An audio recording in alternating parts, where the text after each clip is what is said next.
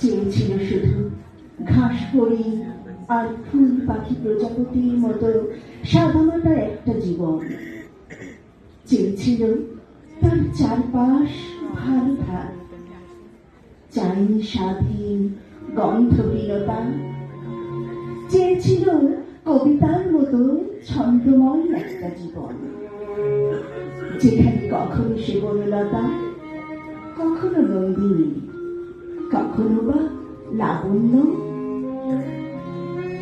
মেয়েটি ছিল বড্ড অভিমানী, মেয়েটি ছিল অন্তর্মুখী, মেয়েটি তার চাওয়াগুলো কখনো মুখ ফুটে বলতে পারেনি।